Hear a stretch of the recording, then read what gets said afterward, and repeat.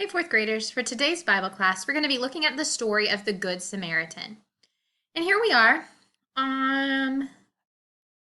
Let's see. This is page 114.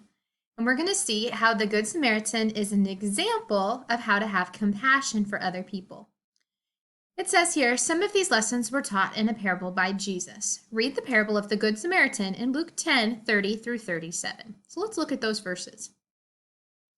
The Bible says, Jesus replied, a man was going down from Jerusalem to Jericho, and he fell among robbers, who stripped him and beat him and departed, leaving him half dead. Now by chance a priest was going down the road, and when he saw him, he passed by on the other side. So likewise a Levite, when he had come to the place and saw him, passed by on the other side. But a Samaritan, as he journeyed, came to where he was, and when he saw him, he had compassion. He went to him and bound up his wounds, pouring on oil and wine. Then he set him on his own animal and brought him to an inn and took care of him. And the next day he took out 2 denarii and gave them to the innkeeper, saying, take care of him, and whatever more you spend, I will repay you when I come back. Which of these, do you think, proved to be a neighbor to the man who fell among the robbers? He said, the one who showed him mercy. And Jesus said to him, go and do likewise.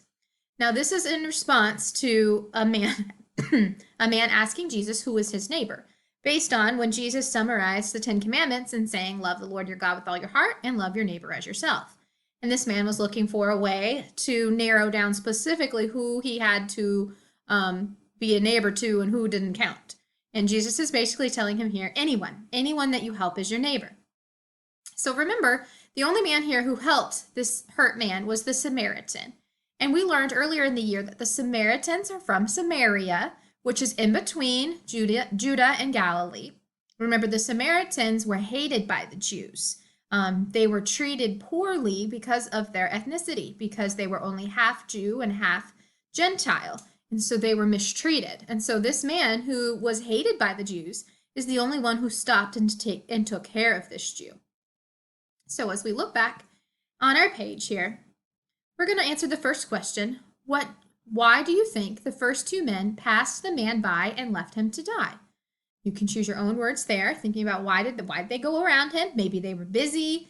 Maybe they didn't want to help. They were probably being selfish. You could choose your own answer here. The answer the book says is they were in a hurry. They did not want to be bothered and were only concerned about themselves. Why would it probably be difficult for the Samaritan to want to stop and help the Jew? Well, because the Jews and the Samaritans were enemies. They didn't get along. They hated each other. And typically, it's not someone that we hate that we expect is going to stop and help us. In what way did the Samaritan do more than was even necessary to help the man in trouble? Well, he gave the innkeeper extra money to care for the man. He didn't just, give him a Band-Aid and move on. He brought him to the inn, gave the innkeeper extra money, and said, please take care of this man. Now, the following verses are going to help you understand how God wants you to look at others. In your own words, tell what the verses say. So I want you to open up your Bible and look at these different verses. And I want you to see how God wants you to look at others. How does God want you to treat other people?